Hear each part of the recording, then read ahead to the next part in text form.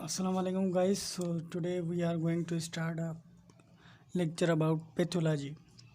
So basically जो word है pathology वो ड्राइव हुआ है टू वर्ड्स, यानी एक होता है पैथो, ठीक है।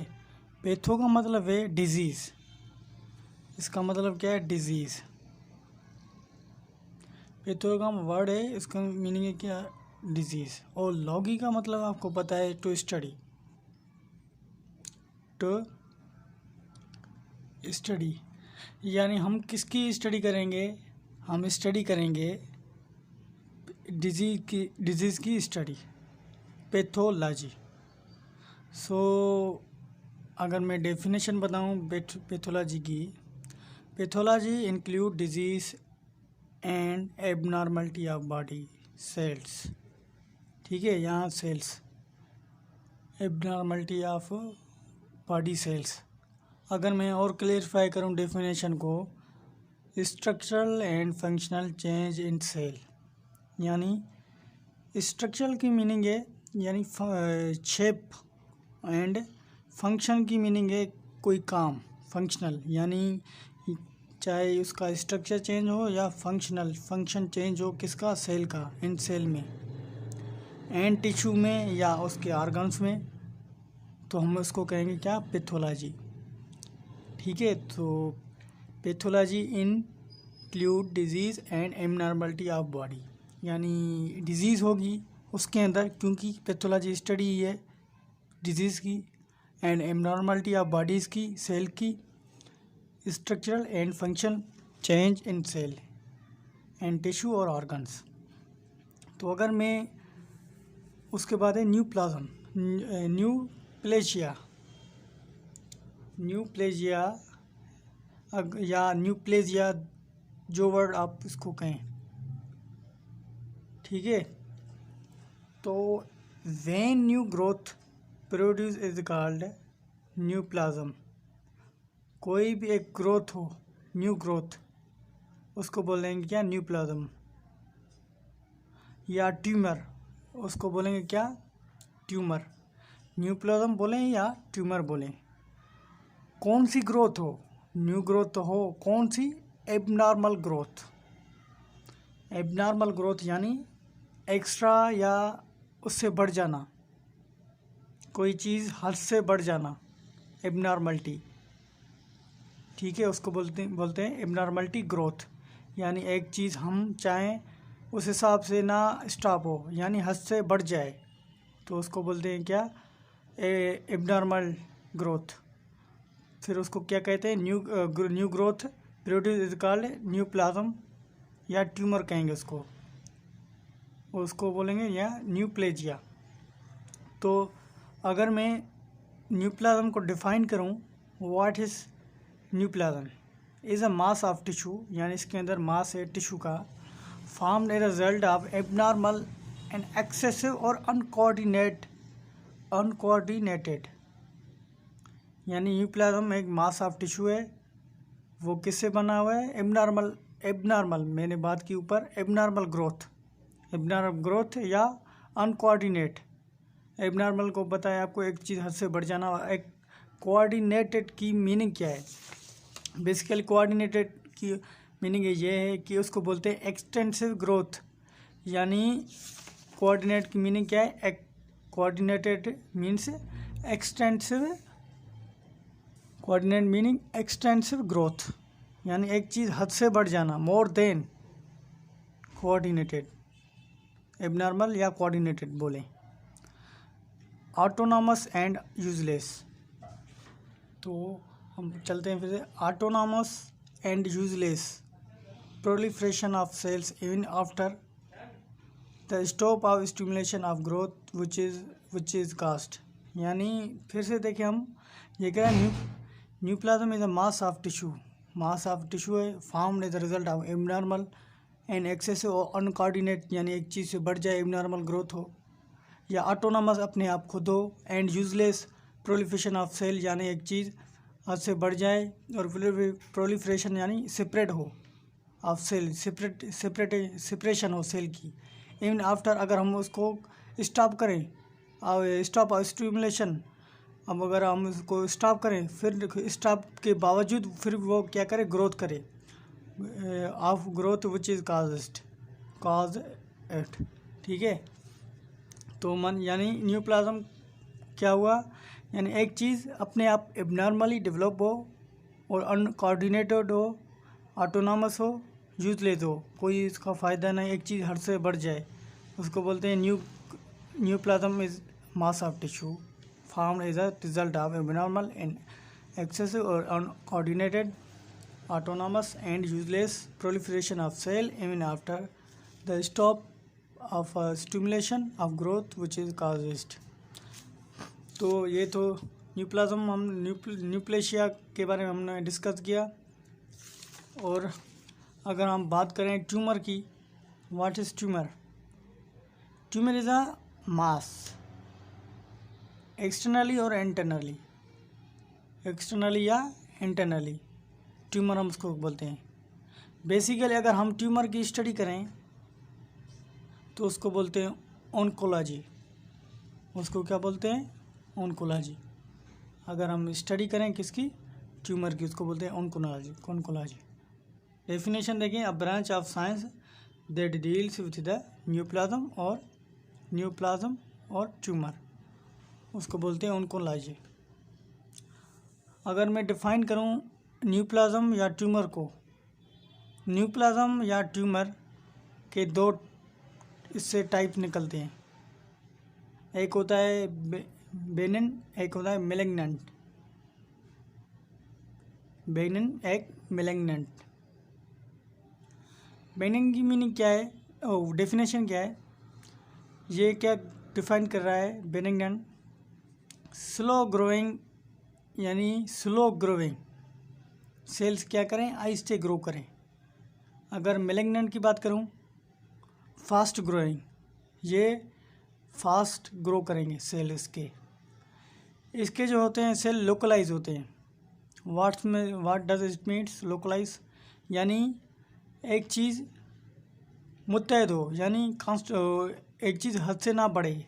जैसे फॉर एग्जांपल ये एक सेल है, ये सेल है, ये सेल है, ये या मैं सेल लिख रहा हूँ और उसके ऊपर में एक मैं लाइन शो कर रहा हूँ, इस लाइन से कोई चीज़ ना बाहर जाए तो उसको बोलते हैं क्या?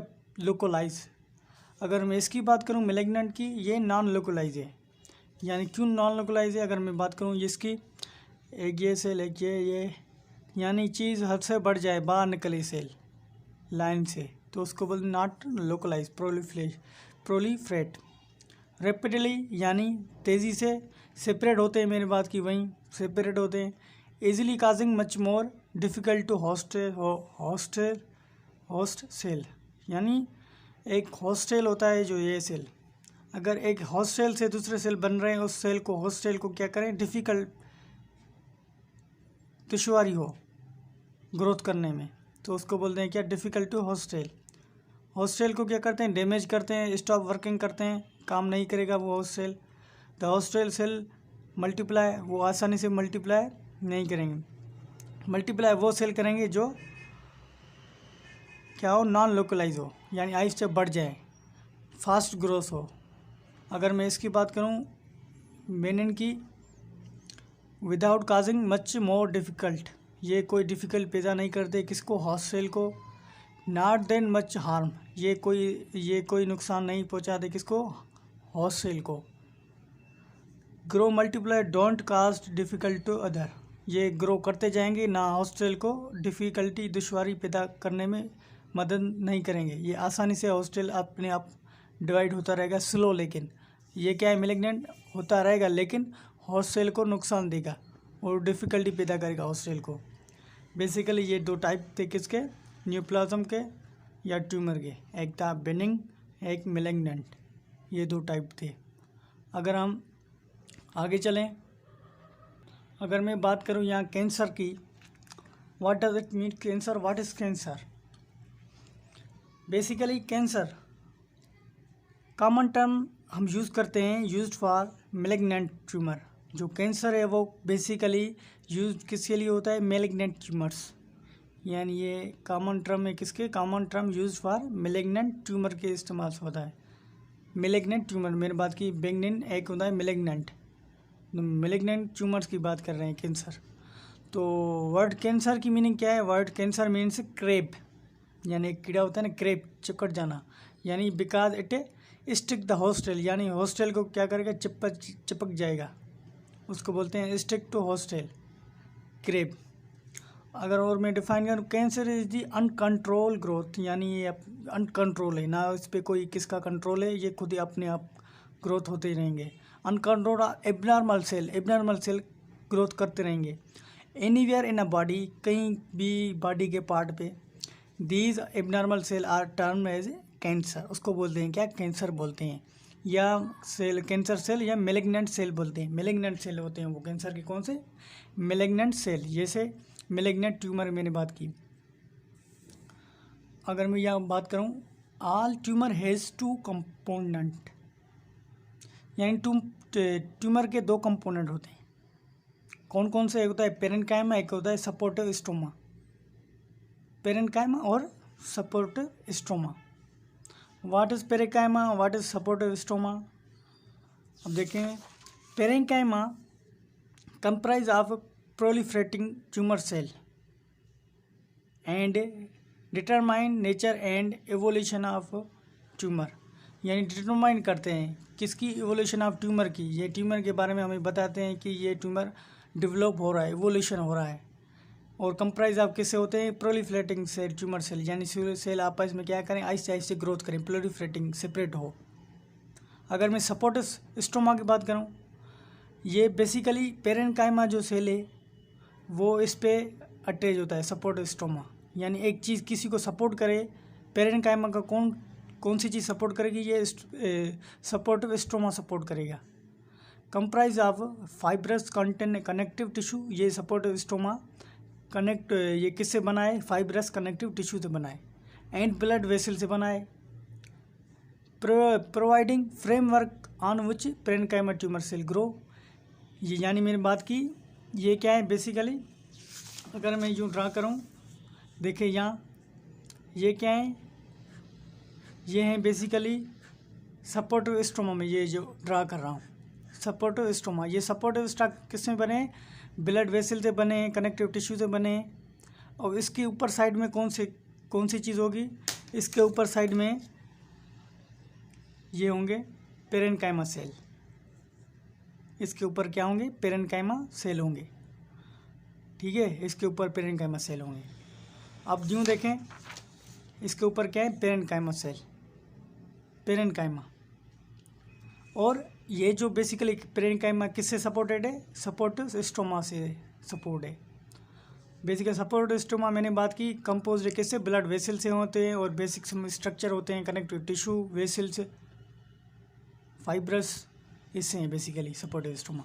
तो बात आप समझ गए, पेरेन्काइमा किससे सपोर्ट है, सपोर्टिव स्टोमा से, यानी पेरेन्काइमा आहिस्ते ग्रोथ करे, यानी फ्रेमवर्क है सपोर्टिव स्टोमा किसका, पेरेन्काइमा का।